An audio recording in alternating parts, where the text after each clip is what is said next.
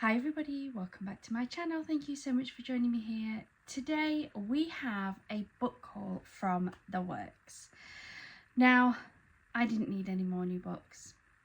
I hadn't actually planned on doing a Works book haul either, but it is World Book Day on, I think it's Thursday, and my son's school have decided this year that as well as dressing up as their favourite character, they would really like the children to take in they asked for an old book that the children have read or enjoyed to do like a book swap with their friends.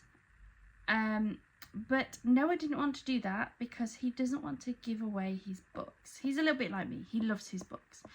So we ended up buying a new book to give away instead. I know, but hey, if he doesn't want to part with his books, I am not one to make him part with them. So we had a quick look online. We ended up going to The Works. And while I was there, I started to have just a quick look. To be fair, a lot of this is Chris's fault. I started to have a little bit of a look, and then Chris was like, do you know what? It's your birthday at the end of the month. If you want to pick up some books, you can. So I have two littleish stacks. To be fair, they're not huge stacks of books, and some of these books actually aren't mine. Some of them are for Chris too. He isn't a massive reader, so I think they're going to end up being with me anyway, but I thought I'd share them with you just in case they pique your interest too. Where to begin? I tell you what, pretty much all of these bar one were on the 3 for £7.50 offer. So I will show you the one that wasn't, and it is this one. It is called Jodie, and it's by Sadie Kincaid and Joey, not Jodie, Joey. This is a spicy, dark mafia romance. It does have scenes of like violence, and it does say that it has explicit scenes as well in here, which is just my type of book. I really enjoy those types of books. Chris actually spotted this. This was £5, and it is one of their exclusive sprayed edges, and I picked it up mainly because I think that is such a beautiful sprayed edge. I find the sprayed edges in The Works hit and miss. Sometimes they are absolutely gorgeous like this. Sometimes they are just like two tones, and I'm just not quite into those. But for £5, I thought it was really good. Now I have looked into this. This is the second book in the Chicago Ruthless series. The first book is a book called Dante, and I don't currently have that. However, I have very naughtily ordered it because while I believe these can be read as individual standalones, they are part of a series, and I really enjoy reading those series even if they can be read as standalones. So I have picked up Dante. I've ended up getting that from Amazon, so that is due to come today, I think it is. But this one sounded so good. It says, most people think I'm a spoiled mafia princess, but he sees me. Notorious mafia enforcer Maximo DiMarco has always been Joey Moretti's protector, her brother's best friend and secret crush. With the body of a god and the mind of a devil, he's the only one who sees the real woman behind her facade. Dark and dangerous and lethal. Max's loyalty to the Moretti brothers keeps them apart, and he does everything possible to ignore the fiery spark between them. But as Max's dark past catches up to them, Joey must choose, remain bound by loyalty to her family or risk it all for a love that could destroy her. I would give up everything I've ever known for a life with him. So I'm really excited to get going in this, but I want to read Dante first, so we're going to wait for that one to come back. But I thought £5, beautiful sprayed edge. And it does say that this has some exclusive bonus content, so I'm not sure what it is, possibly an extra exclusive chapter, I'm not sure. They only had one of these as well, so I snapped that up at £5. And then all of these other ones were all in the 3 for £5 series. So Chris ended up picking 4. The first one that he grabbed was Murder at Holly House by Denzil Mayrick. he really liked the front cover of this. He really liked the fact that this was a crime, murder, mystery type novel. He is really trying to get into reading. He's been listening to a couple of audiobooks, which he has said he's found quite useful. If anybody has any recommendations, he likes murder, mystery, crime type things.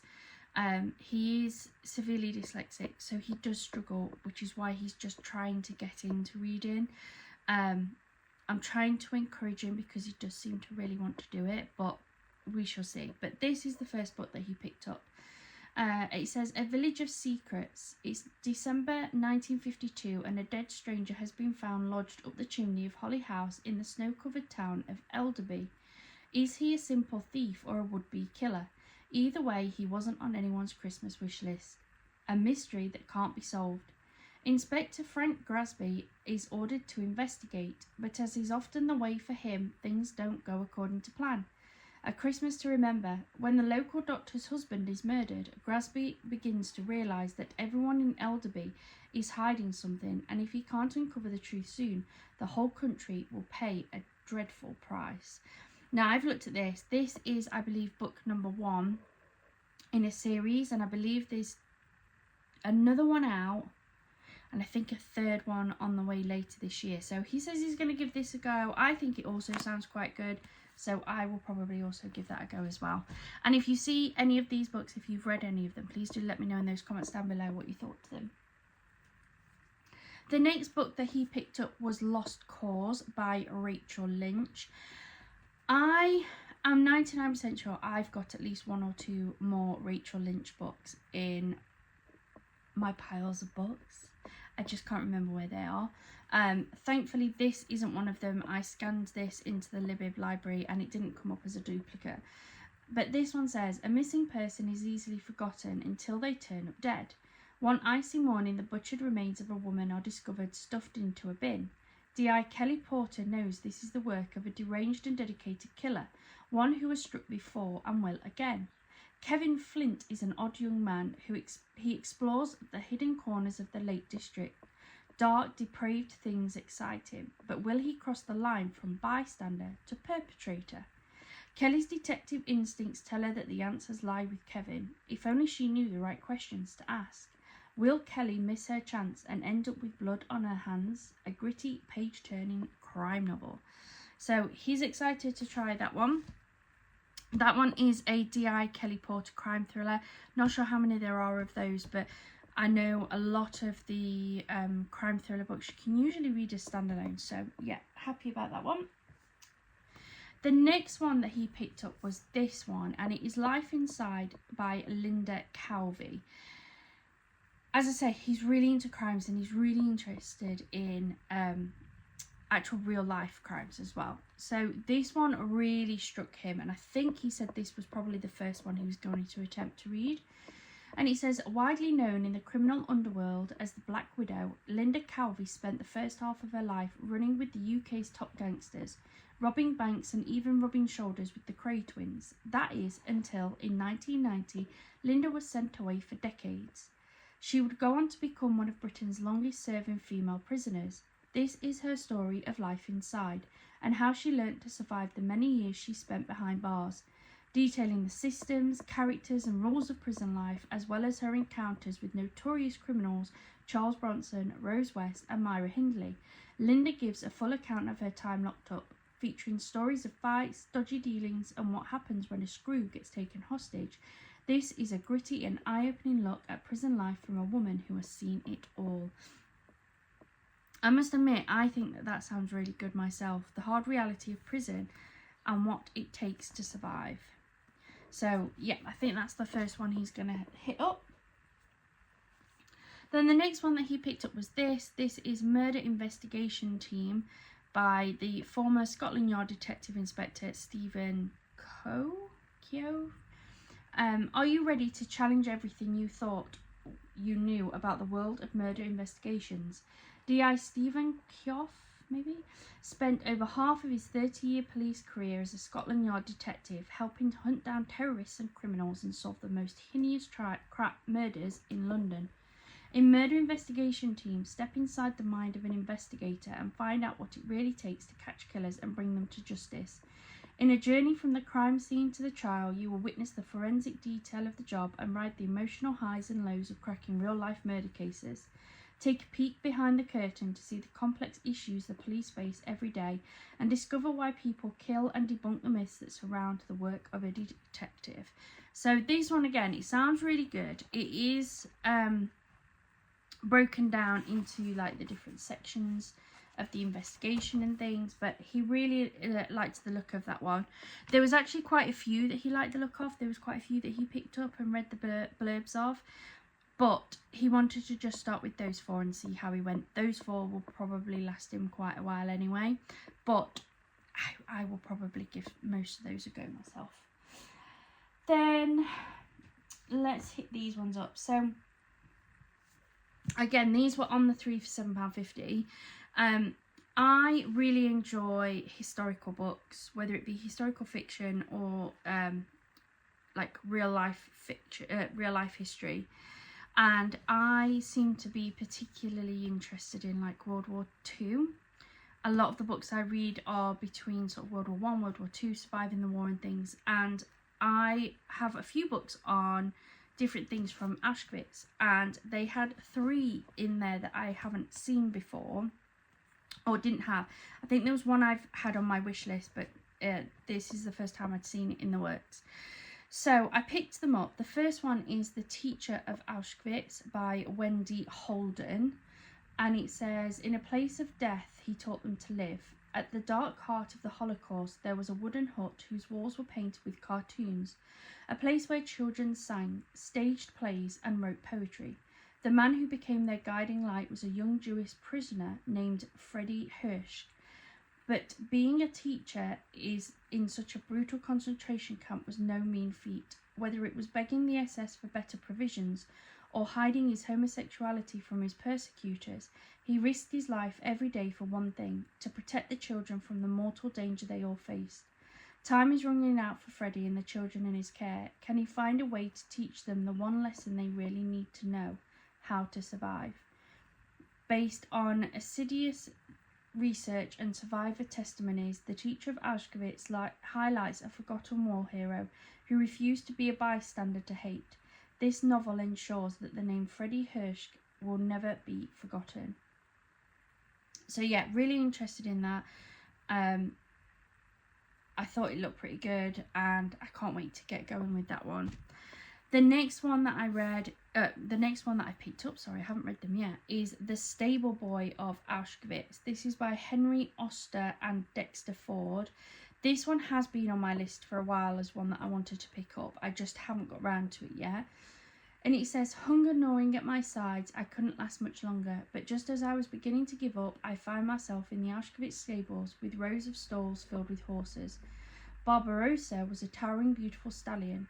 He only responded to commands in German, and as the only German-speaking boy, I was chosen as his caretaker. I felt an ember of hope. If I could make myself useful, helping these horses, maybe I could stay alive. Henry Oster was just 5 years old when Adolf Hitler took power in 1933. One of the 2011 Jews who were rounded up by the Gestapo and deported from Cologne, he was one of only 23 to emerge alive from the concentration camps after the war. From the backbreaking labour of tending to horses to enduring a brutal death march through the bleak Polish winter, somehow Henry found the strength and will to keep on going. A heart-wrenching and inspirational true account of the courageous little boy who, against all odds, after losing almost everything a human being can lose, survived. This is his story. Can't wait to get into that. This, I think, is going to be one of my March TBR books, if I'm honest with you. And then the last one is The Twins of Auschwitz, and this is by Eva Moses-Kor with Lisa Rojani-Bukieri. Sorry if I'm butchering those names. This one says, Miriam was more than a sister, she was my other half. Our survival depended on each other. When Eva Moses-Kor and her family arrived at Auschwitz, they were immediately separated. Her parents and sisters were taken to the gas chambers, while Eva and her twin, Miriam, were herded into the care of Dr. Joseph Mengele, later to become known as the Angel of Death. They were 10 years old. At Auschwitz, twins were granted the privileges of keeping their own clothes and hair, but they were also subjected to Mengele's sadistic and dangerous medical examinations. Forced daily to fight for survival, many died as a result of the tests or from the disease and hunger rife in the camp. A narrative told with beautiful simplicity, emotional and astonishing restraint, The Twins of Auschwitz is the heartbreaking and inspiring true story of a child's endurance in the face of truly extraordinary evil. Again, it's definitely another one that is going to be hitting my TBR very soon. I'm not sure if this will also fall into March's TBR. It depends on how many I manage to get to read. But definitely before the end of this year, I want to read this. And they're very small books, to be fair. This one is only... how much is it? Like 219 pages. So a really nice and short book. This one is the same as well. This one is 249 pages. So they're both fairly small, which should make them easy books to get through. Then, I don't know where to go next. The next book was, I picked up a Freida McFadden book. I got Do Not Disturb.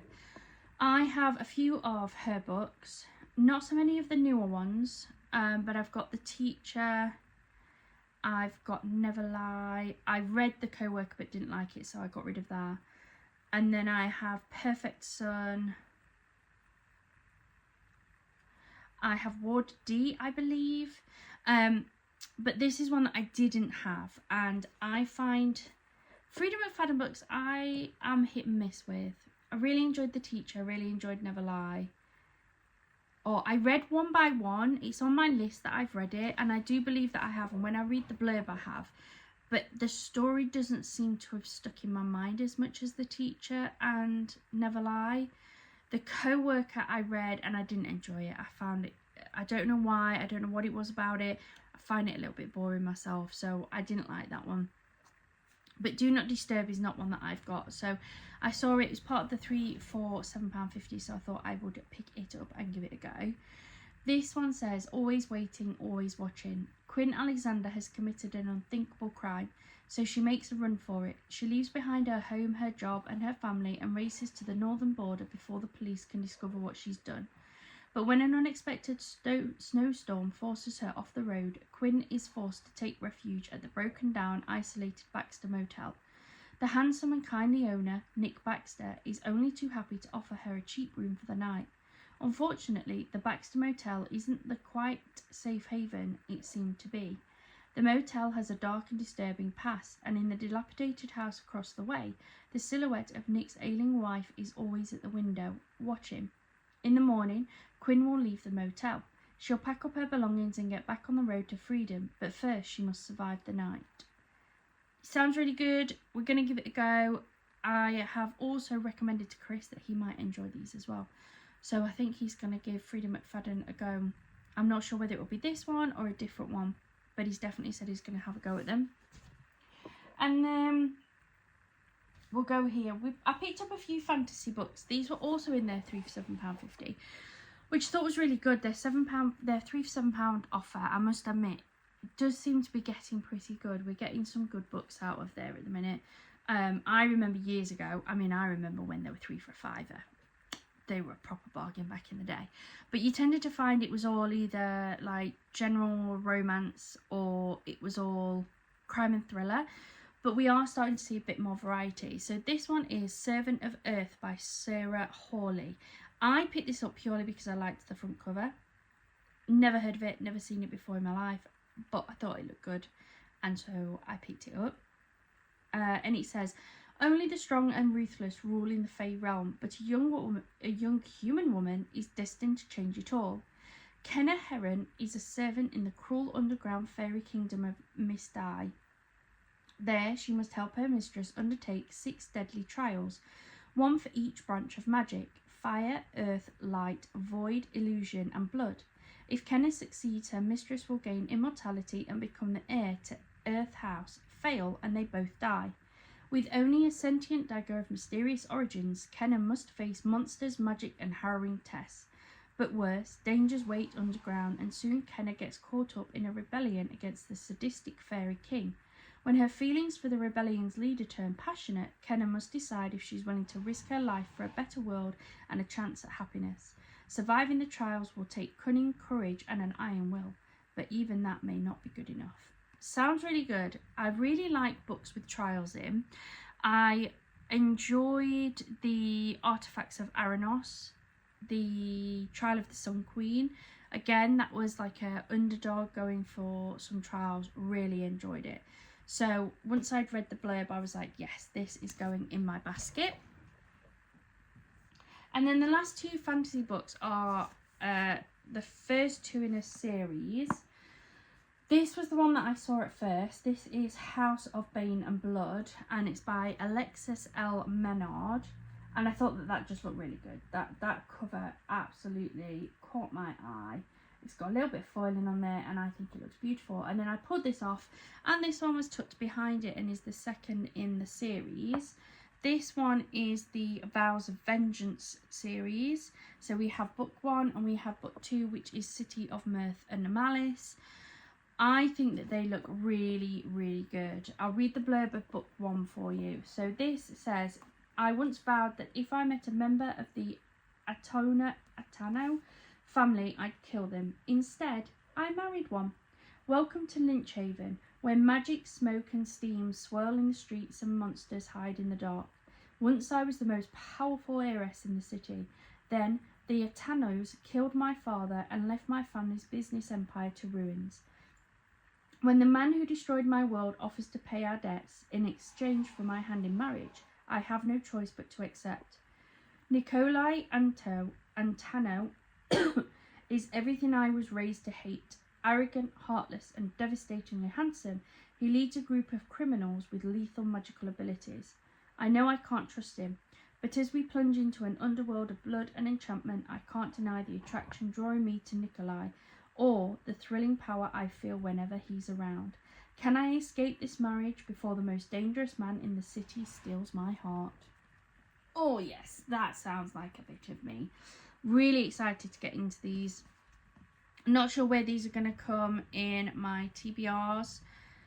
I'd like to say I'd read these fairly early on because they do look pretty good. I can't remember how many more are going to be in this series. I'm pretty sure I looked, but these two are definitely really good. Can't wait to get into them. And then the last 4 that I picked up, again, they were in the 3 for £7.50, are actually books that I've already read. I borrowed these books from the library, I think it must be 2 years ago now. Can't believe how much time flies. And I really enjoyed them. Really, really enjoyed them. But I think I'm ready for a reread. It's been a couple of years since I read them. I can't remember all of the details in them. I know I really enjoyed them, so I think it's time for a reread. And I thought about borrowing them from the library again. However, I love borrowing from the library. I think it's such a good, sustainable way. It's a cheap way. It's a way that means that you don't need to have like this chaos, like lots of piles of books everywhere and bookcases everywhere and things. But I think it's better if you have a decent sized library, and mine just isn't that. So what I tend to find is that I have to pre-order books a lot of the time, which does cost. Like, it isn't free to pre-order the books, and then you have to sit and wait for them. Apologies. And if you're reading them in like a series, I'm someone who tends to want to go from one book to the other book to the next, and you can't necessarily do that with the library books. And if they're popular books like these were, there's always like a waiting list, so you can't always extend them, and it just makes it really difficult. And I know when I was borrowing these from the library, I read the first one, really enjoyed it. I pre-ordered the second one, and it took a while for it to come. So then I ordered, I think it was the third and fourth at the same time. The fourth one came before the third one came, and then I was sort of sad, and then, it was just chaos. So I have decided that some of the books that I borrowed a few years ago from the library that I want to reread, I'm just going to buy them. I've been generally picking them up from like Vinted, but for some reason this series doesn't seem to come on offer very often. It certainly doesn't come down in price very often. But I picked up the first one, Flawless. That one I picked up a few months ago now from, I think it was Amazon. I think it was on offer. It was down something like £2. But they didn't put the others on offer. They're usually £3, which is, you know, still a decent price. But I knew they were on the 3 for £7.50 from the works. So I've been holding off. And Chris was just like, look, just get them while you're here and know that you've got them. So I did. So I've picked up the other 4 in the Chestnut Springs series by Elsie Silver. So we have Hopeless, Reckless, Powerless and Heartless. As I say, I have read these already and really, really enjoyed them. I know that these have been, and possibly still are, very popular books. I enjoyed them. They are explicit. There's some smut in there, but I love it. Absolutely love it. Oh, that's gonna fall. No, we're all good. Which one was my favourite? If I remember rightly,